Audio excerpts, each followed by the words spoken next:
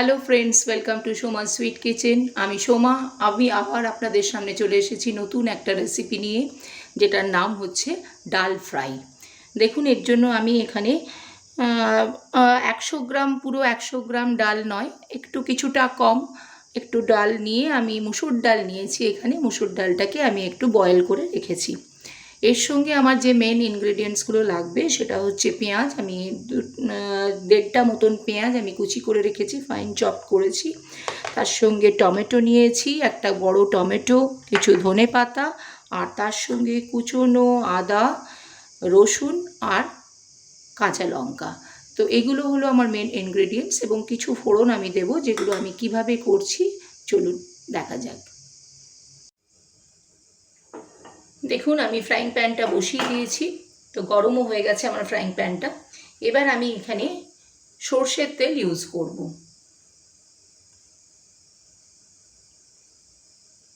4-5 চামচ মতন সর্ষের তেল নিলাম।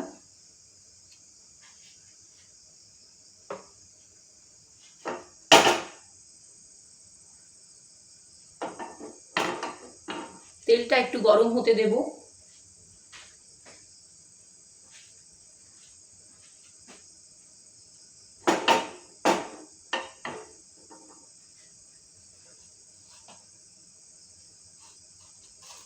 প্রথমে আমি যে ফোড়নটা মেশাবো সেটা হচ্ছে 5 ফোড়ন। আপনাদের সবাইকার ঘরেই 5 ফোড়নটা থাকে, বাঙালিদের তো স্পেশালি মেন আইটেম এটা। যে কোনো জিনিসের ফোড়ন দিতে গেলে 5 ফোড়নটা তো আমাদের ভীষণভাবেই লাগে। তো আমি এখানে আমার দেখুন খুবই ছোট চামচটা, এখানে আমি 2 চামচ মতন 5 ফোড়ন দিলাম। 5 ফোড়নে যেহেতু 5 রকমের মশলা তো থাকেই, তার সঙ্গে আমি কি করছি, 5 ফোড়নের সঙ্গে আমি এক্সট্রা আর একটু 1 চামচ মতন কালো জিরে এখানে দিয়ে দিলাম। কালো জিরেটা একটু বেশি পরিমাণেই লাগবে, তবে এটার টেস্টটা ভালো হবে।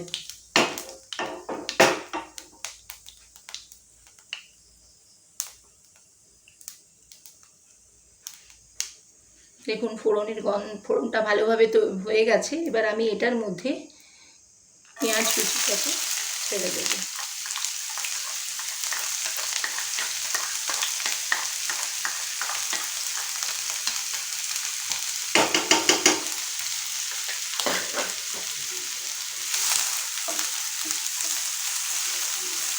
এটাকে একটুখানি লালচে করে ভাজতে হবে। দেখুন, পেঁয়াজটা লালচে করে ভাজা হয়ে গেছে। আমি এবার কি করব, এটার সঙ্গে এই রসুন কুচি আর আদা কুচি যেগুলো করে রেখেছি, এখানে কিন্তু রসুন আর আদার পেস্ট দেওয়ার থেকে কুচিটা দিলে কিন্তু ভীষণ টেস্টটা ভালো আসে। তাই জন্য আমি এখানে কিন্তু কুচি করেই দিয়েছি। পেস্টও দেওয়া যেতে পারতো, কিন্তু পেস্টটা দিলে এতটা টেস্ট ভালো আসবে না। তো ডাল ফ্রাই যখন করবেন আপনারা পারলে কুচিটা দেওয়ার যতটা সম্ভব কুচিটা দিলেই ভালো হবে। তো এই দুটো দিয়ে আবার আমি একটুখানি ভালো করে কষে নেব।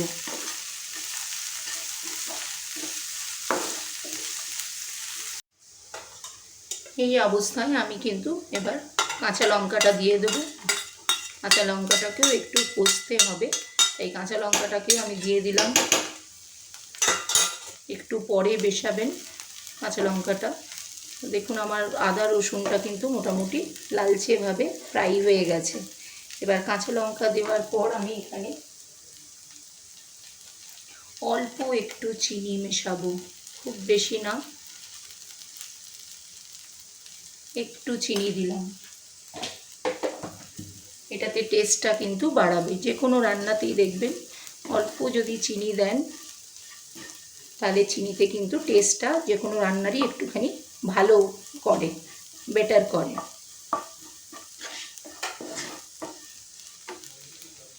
এবার অল্প একটুখানি, আমার ডালে যেহেতু হলুদ নুন দিয়ে বয়েল করা আছেই, তাই আমি খুব অল্প হলুদ মেশাবো। আমি ডালটাকে যখনই আপনারা ডালটা বয়েল করবেন ওটাতে হলুদ আর নুন দিয়ে বয়েল করে নেবেন। তো আমি মসুর ডাল এখানে নিয়েছি, আপনাদের প্রথমেই দেখিয়েছি মসুর ডালেরই এটা ডাল ফ্রাইটা করছি। তো আমি অলরেডি এটাকে হলুদ নুন দিয়ে বয়েল করে রেখেছি, তো এই জন্য খুব অল্প পরিমাণ আমি হলুদ এখানে দিলাম। এবার আমি এটাতে এই টমেটো কুচিটাও দিয়ে দিচ্ছি। টমেটো কুচিটা দিয়েও একটুখানি ভালো করে এই মশলাটাকে কষিয়ে নিতে হবে।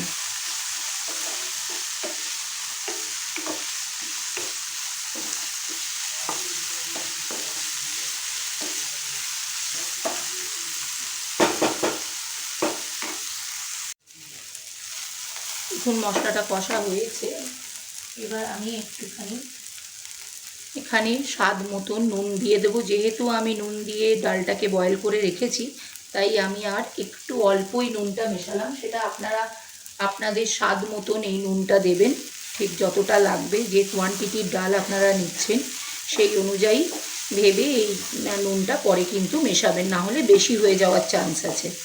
যেহেতু আমরা বয়েল করে নিয়েছি নুন দিয়ে, আমি অল্প একটু নুনটা দিলাম। আর এতে কী হবে, টমেটোটাও একটু গলে যাবে ভালো করে নুনটা পরে দিলে। তো টমেটোটাও একটুখানি ভালো করে মিশে যাবে এই মশলাটার সঙ্গে। এখানে আমি একটুখানি, যেহেতু এত কাঁচা লঙ্কা দিয়েছি, আমি 4টে কাঁচা লঙ্কা কুচি করে দিয়েছি, আমি অল্প একটুখানি গুঁড়ো লঙ্কা মেশালাম। কালারটাও ভালো আসবে আর টেস্টটাও একটু বাড়াবে, বেশি না, অল্প একটুখানি গুঁড়ো লঙ্কা দিলাম।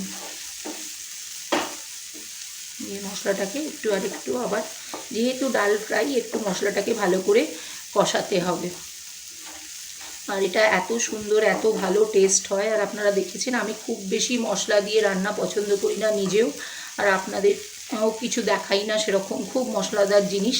আর এটা অত্যন্ত সহজ একটা রেসিপি। আপনারা কোনো কিছু বাড়িতে যদি না থাকে, রাত্রে বা দিনে ভাতের সঙ্গে খেতে পারেন। আর এটার বেশি ভালো খেতে লাগে হচ্ছে পরাঠা বা ইয়ের সঙ্গে, নানের সঙ্গে। এমনি নর্মাল যদি বাড়িতে রুটি খান রাত্রে, সেটা দিয়েও কিন্তু এটা ভীষণ সুন্দর, ভীষণ সুস্বাদু লাগে। তো আপনারা একবার অতি অবশ্যই ট্রাই করবেন আমার এই ডাল ফ্রাইটা। অত্যন্ত সহজ রেসিপি, একদম 5 মিনিটের মধ্যে, 5 থেকে 10 মিনিটের মধ্যে এটা পুরোপুরি রেডি হয়ে যায়। দেখুন আমার মশলাটা কিন্তু পুরোপুরি একদম রেডি হয়ে গেছে, আর কিচ্ছু করার নেই। কত তাড়াতাড়ি হয়ে গেল দেখতেই পাচ্ছেন। এবার আমি এই যে বয়েল করা ডালটা, মসুর ডালটা, আমি কিন্তু এটার মধ্যে ঢেলে দেবো।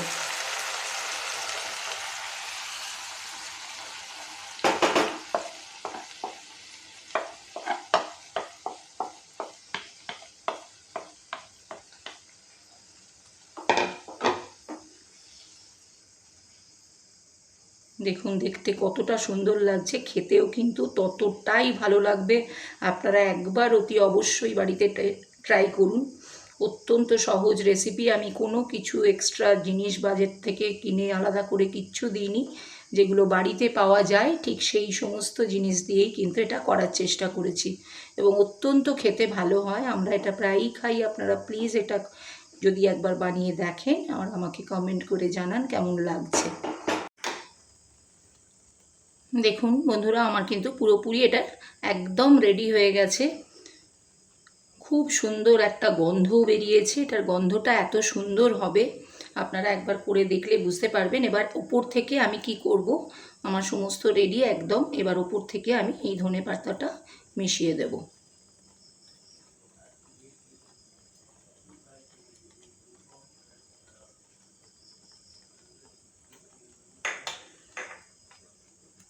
ধনেপাতাটা মিশিয়ে একটু নাড়িয়ে আমি এটাকে, আমার গ্যাসটাকে অফ করে দেবো, কারণ আমার কিন্তু এইটা পুরো প্রিপারেশনটা রেডি হয়ে গেছে।